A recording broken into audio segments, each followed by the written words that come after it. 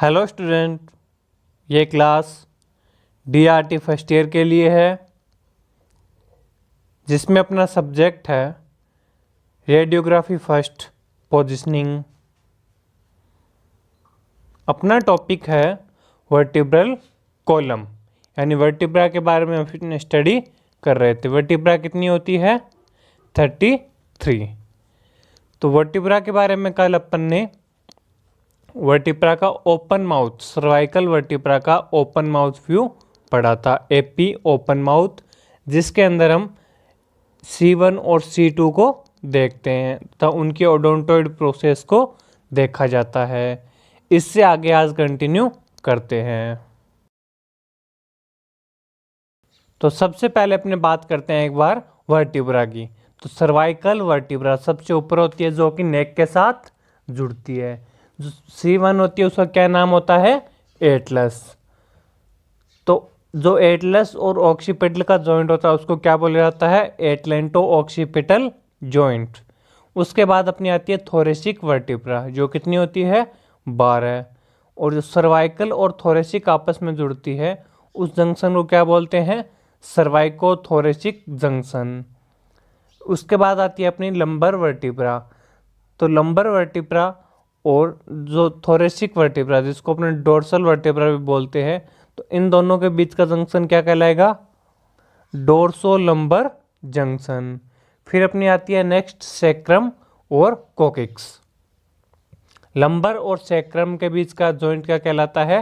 Lumbosacral joint. और sacrum और कोकिक्स के बीच का जॉइंट क्या कहलाएगा? सैक्रोकोकिजियल जॉइंट। और जो सैक्रम बोन है वो किस में आती है? अपने पेल्विस रीजन में आती है, तो वो इलियम बोन के साथ जुड़ती है। तो उस जॉइंट को क्या बोला जाता है? Sacroiliac joint. ये इमेज अपने को सर्वाइकल वर्टिब्रा की दिखाई गई है, जिसके अंदर देखो C1, C2, C3, C4, C5, C6 और C7 अपने को क्लियरली दिखाई गई है। जिसके देखो एक स्पाइनस प्रोसेस होती है। जो C7 की स्पाइनस प्रोसेस है वो सबसे लंबी होती है, जो अपने नेक के पीछे जब हाथ लगाते हैं तो अपने को फील भी होती है।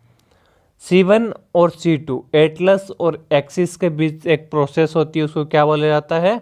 ओडोंटोइड प्रोसेस। और जो C1 है वो ऊपर स्कल के साथ जुड़ती है, और जो C7 है वो नीचे थोरेसिक वर्टिब्रा के साथ जुड़ती है। तो कल अपन ने इसका ओपन माउथ C1 और C2 के लिए पढ़ लिया था। अब उससे आगे नेक्स्ट व्यू स्टार्ट करते हैं।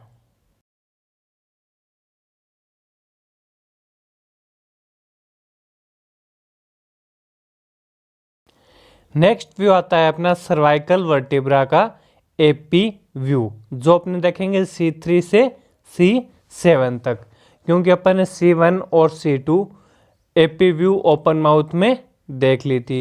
अब C3 से C7 के लिए व्यू करेंगे तो वो व्यू अपना AP व्यू। इसकी इंडिकेशन देखें तो इसकी इंडिकेशन रहेगी trauma and any pathological condition. कोई भी ट्रॉमा या कोई पैथोलॉजिकल कंडीशन हो गई है उसको चेक करने के लिए अपने C3 से C7 का AP व्यू किया जाता है। कैसेट साइज की बात करें तो कैसेट साइज इसमें अपना रहेगा 8, 10 और 10, 12 का।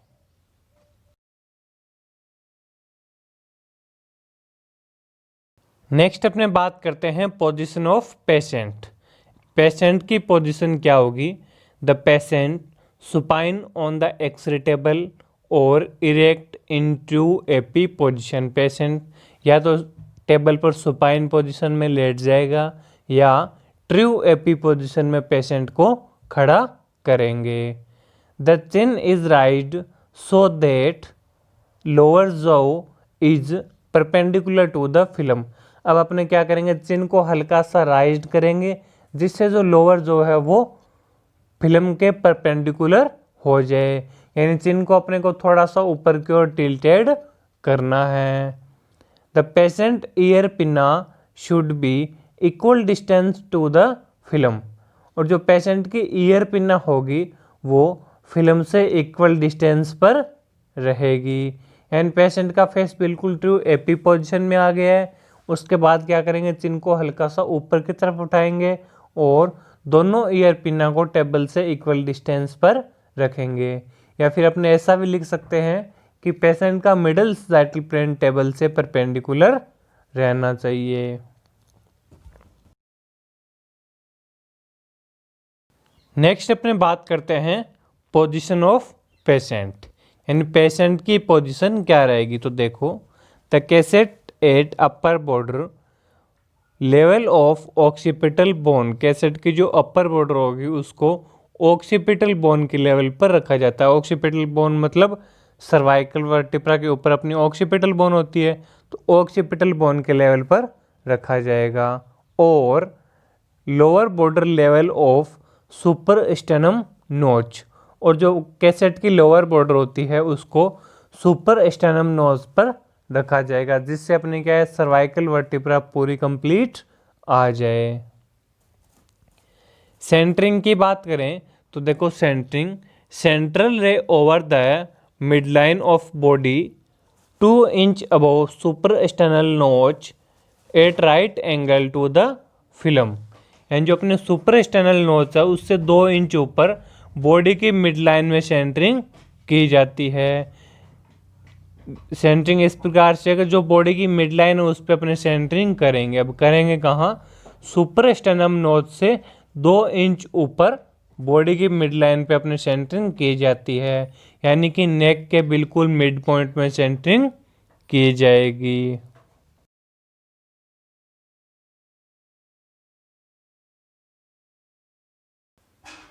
ये इमेज अपने को पेशेंट के एपी व्यू की, सर्वाइकल के एपी व्यू की दिखाई गई है, जिसके अंदर देखो पेशेंट ट्रू एपी पोजीशन में खड़ा हुआ है। उसके बाद पेशेंट की दोनों ईयर पिना टेबल से इक्वल डिस्टेंस पर रहेगी और पेशेंट का जो लोअर जो है यानी कि चिन को हल्का सा ऊपर की तरफ राइज्ड कर देंगे, यानी ऊपर उठा देंगे।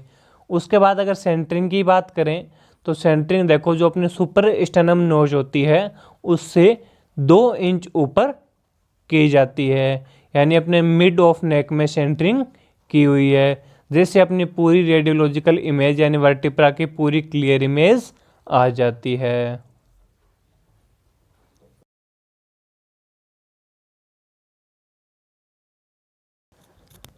The patient must be hold breath during exposure, यानी जब अपने क्या है एक्सपोजर करेंगे उस टाइम पेशेंट का होल्ड ब्रीथ करवा दिया जाता है, क्योंकि यहाँ क्या अपने एयर रहती है। जब अपने श्वास लेते और छोड़ते हैं तो यहाँ का एयर रहेगी, जिससे क्या एरिया मूवमेंट करता है।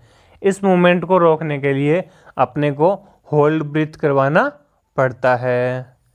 नेक्स्ट अपने बात करते हैं रेडियोलॉजिकल अपीयरेंस की, एंड जो अपने पास इमेज आई है इसके अंदर अपने को रेडियोलॉजिकल अपीयरेंस में क्या दिखाई देगा, 3rd to 7th cervical vertebra seen with intervertebral space, अपने को C3 से C7 तक cervical vertebra completely clear seen हो जाती है विद इंटरवर्टिब्रल स्पेस, और उनके बीच का इंटरवर्टिब्रल स्पेस भी क्लियरली सीन हो जाता है। Spinous process are superimposed, spinous process क्या पीछे की साइड में होती है, तो एपी व्यू में स्पाइनस प्रोसेस सुपरइम्पोज हो जाएगी।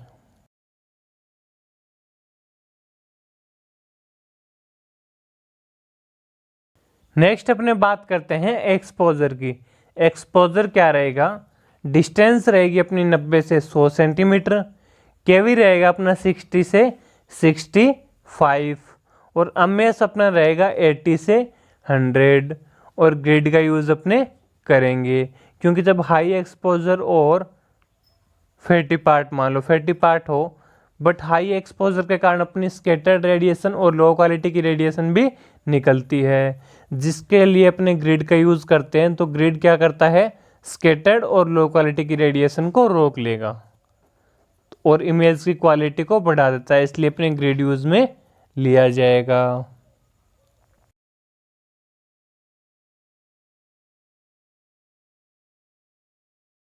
देखो ये इमेज अपने को सर्वाइकल वर्टिब्रा के एपी व्यू की दिखाई गई है, जिसके अंदर अपने को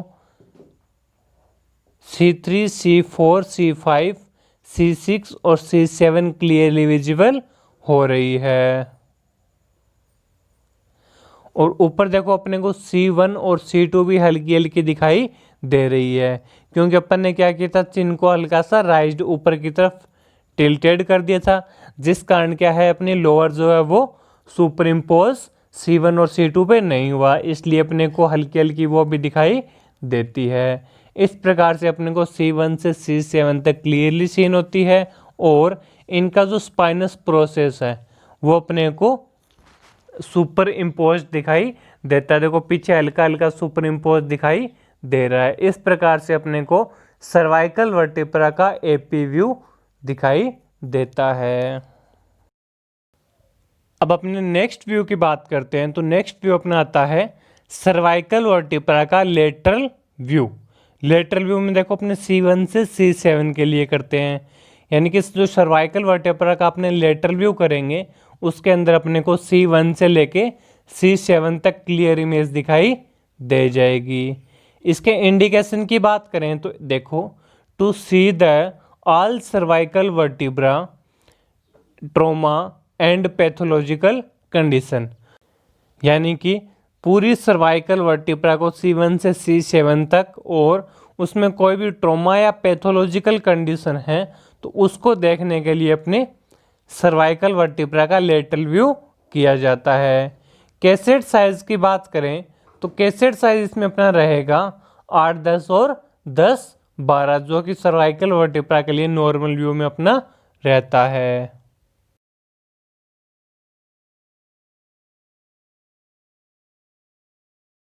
नेक्स्ट अपने बात करते हैं पोजीशन ऑफ पेशेंट। पेशेंट की पोजीशन क्या रहेगी, तो देखो पेशेंट स्टैंडिंग और sitting into lateral position. Patient को या तो अपने स्टैंडिंग पोजीशन में या फिर सिटिंग पोजीशन में लेटरल पोजीशन में बैठाते हैं।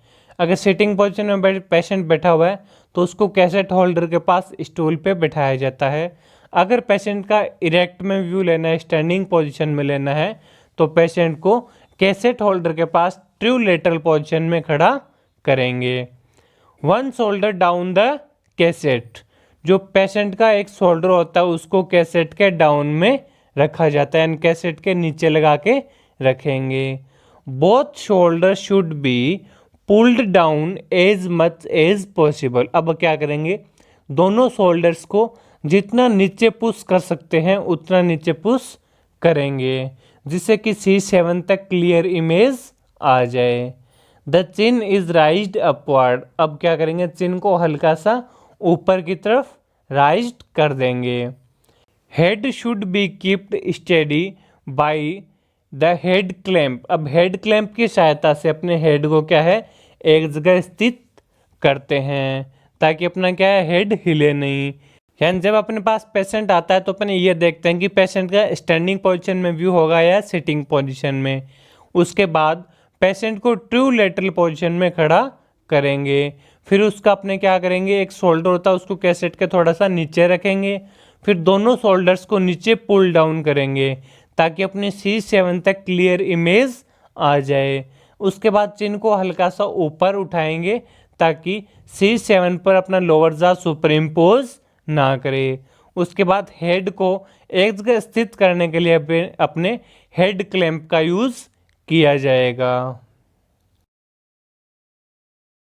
नेक्स्ट अपने बात करते हैं पोजीशन ऑफ कैसेट। कैसेट की पोजीशन क्या रहेगी, देखो the lower border of the film must be at the level off shoulder and upper border at the level of top of ear pinna. And जो cassette की lower border होती है या film की जो लोअर बॉर्डर होती है उसको अपने शोल्डर के लेवल तक या शोल्डर के लेवल से नीचे रखते हैं, क्योंकि शोल्डर के ऊपर अपने कैसेट लगाएंगे लेटरल व्यू में, तो शोल्डर के लेवल में कैसेट को रखा जाएगा। और जो कैसेट की अपर बॉर्डर होती है उसको अपने टॉप ऑफ ईयर पिन्ना के लेवल पर रखा जाता है, जिसमें अपने C1 से C7 तक क्लियर इमेज आ जाए।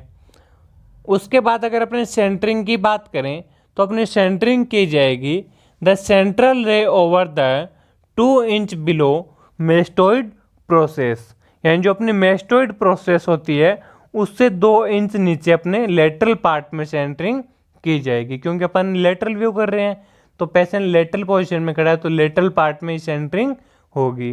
तो जो लेटरल पार्ट में अपनी मेस्टोइड प्रोसेस होती है उससे 2 इंच नीचे अपने सेंटरिंग की जाएगी। नेक के बिल्कुल मिड पॉइंट में मेस्टोइड प्रोसेस से 2 इंच नीचे अपने सेंटरिंग करते हैं।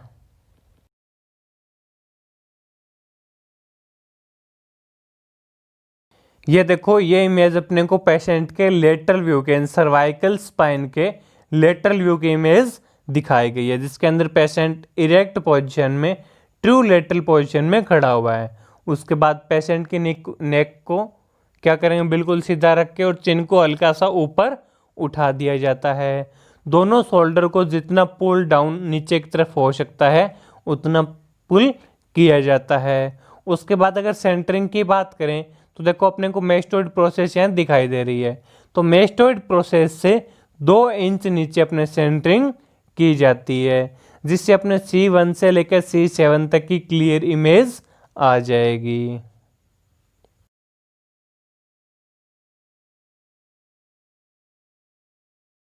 उसके बाद अपने बात करते हैं रेडियोलॉजिकल अपीयरेंस की। रेडियोलॉजिकल अपीयरेंस में अपने को क्या दिखाई देगा, देखो the whole body of spine C1 to D1 are clearly seen, यानी अपने को पूरी सर्वाइकल वर्टिब्रा C1 से लेके D1 तक, यानी C1 से C7 तक क्लियर सीन हो गई, और जहाँ तक चांस अपने को D1 यानी डोर्सल फर्स्ट या थोरेसिक फर्स्ट भी अपने को क्लियरली सीन हो जाती है।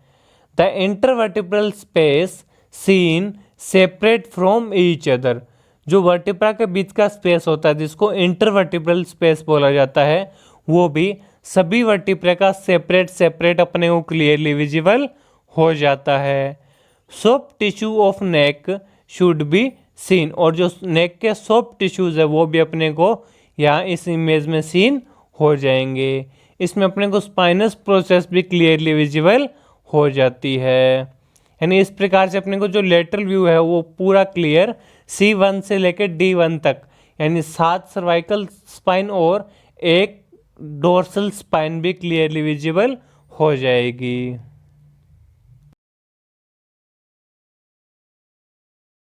नेक्स्ट अपने बात करते हैं एक्सपोजर की। तो एक्सपोजर क्या रहेगा, डिस्टेंस रहेगी अपनी 150 सेंटीमीटर, केवी इसमें रहेगा अपना 60 से 65, और अम्यस रहेगा अपना 30 से 40, और ग्रिड का यूज अपने नहीं करेंगे। देखो यहाँ एक नोट लगा के बात बताई गई है, the FFD focus to film distance 150 centimetre to reduce magnification, यानी मैग्निफिकेशन को रिड्यूस करने के लिए अपने यहाँ FFD 150 सेंटीमीटर ली जाएगी। Exposure is done in full expiration, और जो अपने एक्सपोजर करेंगे वो फुली एक्सपायरेशन में करेंगे, यानी पूरा श्वास बाहर निकालेगा पेशेंट। उसके बाद पेशेंट क्या करेगा, अपने श्वास को एक जगह रोकेगा, उस टाइम अपने एक्सपोज किया जाता है। इसमें ये बात विशेष तौर से ध्यान रखना कि जो FFD है वो 150 सेंटीमीटर यूज़ की जाएगी, क्योंकि अपने जो मैग्निफिकेशन होता है उसको रिड्यूस करने के लिए ही FFD 150 सेंटीमीटर यूज़ में लेते हैं।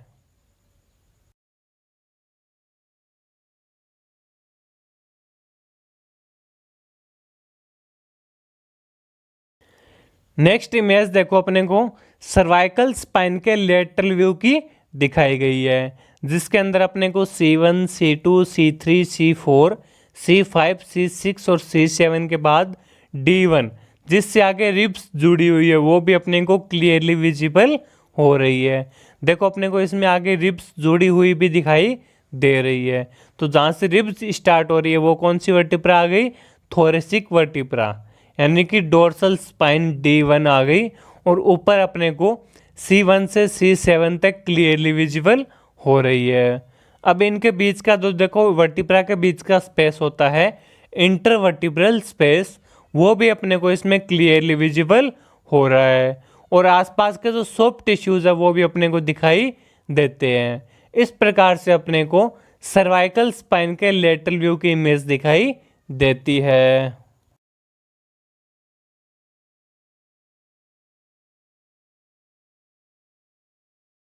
यहाँ देखो अपने को सर्वाइकल स्पाइन के एपी व्यू की और सर्वाइकल स्पाइन के लेटरल व्यू की दोनों इमेज अलग अलग दिखाई गई है। जो एपी व्यू की इमेज है उसके अंदर अपने को C1 से लेकर C2, C3, C7 तक क्लियरली सीन होती है। इसके अंदर जो पीछे की स्पाइनस प्रोसेस होती है वो सुपर इम्पोज हो जाती है। और जो वर्टिब्रा है उसके बीच का स्पेस एपी व्यू में थोड़ा कम दिखाई देता है, लेकिन जो अपना लेटरल व्यू करते हैं उसके अंदर अपने को C1 से लेकर D1 तक की इमेज दिखाई दे जाती है, क्योंकि अपने जितना शोल्डर को नीचे पुल डाउन करेंगे उतनी अपने को इमेज दिखाई देती है। D1 से अपने को आगे रिब्स निकलती हुई भी दिखाई देती है। और इसके अंदर जो सर्वाइकल स्पाइन के बीच का स्पेस होता है, वर्टिब्रा के बीच का स्पेस होता है, जो कि इंटरवर्टिब्रल स्पेस बोला जाता है, वो भी अपने को क्लियरली विजिबल हो जाता है। इस प्रकार से अपने को सर्वाइकल स्पाइन का एपी और लेटरल व्यू दिखाई देता है। ये अपने सर्वाइकल स्पाइन का एपी और लेटरल व्यू कंप्लीट होता है। Thank you.